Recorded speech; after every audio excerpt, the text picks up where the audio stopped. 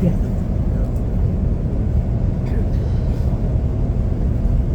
The second most important thing perhaps is the location of this building, because it's anything but random. And to tell you about it, I need to take you back in time. Hey, don't worry, we are not going to the Roman age, but we have to travel back to the year 1066, when everything changed here. See, in the 1066, England was not really a country, this was a mess. It was a land covered in conflict. Wars between two kinds of people, the Vikings and the Anglo-Saxons. Imagine Game of Thrones, but with less pretty faces. And everything would change in that year with the death of a king. When Edward the Confessor died, leaving no children behind, there is a fight, there is a war for this crown.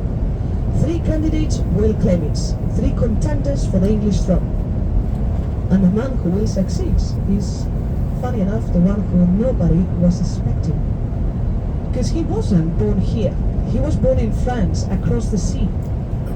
He couldn't even read in his own language. He didn't have a single word of English. He never had any allies. He was a complete foreigner to this land. And yet, he managed to take a country over 2 million people. How could he do that? Well, his name is William, but he's going to be remembered by the history books as King William the Conqueror. Let me tell you something about William. He was quite young, only 20 years old. Not an expert, exactly, but he was smart. Guys, do you play chess? You should learn, it's a beautiful game. The key to chess is taking the main part of the board. If you take the center, the rest is yours. That's his center. See? William saw this country like a chessboard, and he understood quite quickly, if you want England, you need to take over London and the Thames River. So that's why Windsor is here. It's 8 hours and a half walking distance from London. Perfect if William had to send an army to quell any rebellion.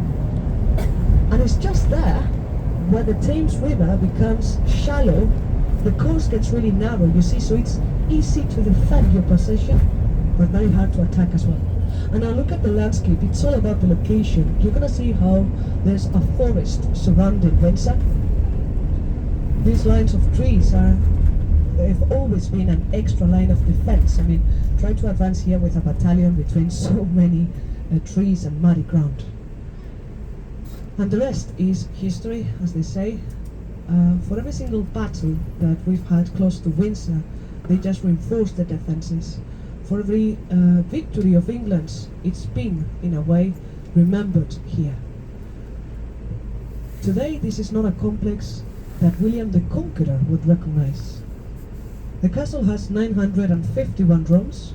It holds the oldest kitchen still in use in the country. It has gardens, stables, and a royal chapel, a royal mausoleum, where since roughly the beginning of the 1500s, pretty much every single important king and queen has been buried. Including 2 years ago, when we lost Queen Elizabeth II. She really cared for Windsor. She had very special moments here, like this is where she had the first public speech, the first inspection to the troops. This is where, during the world wars, she would get shelter.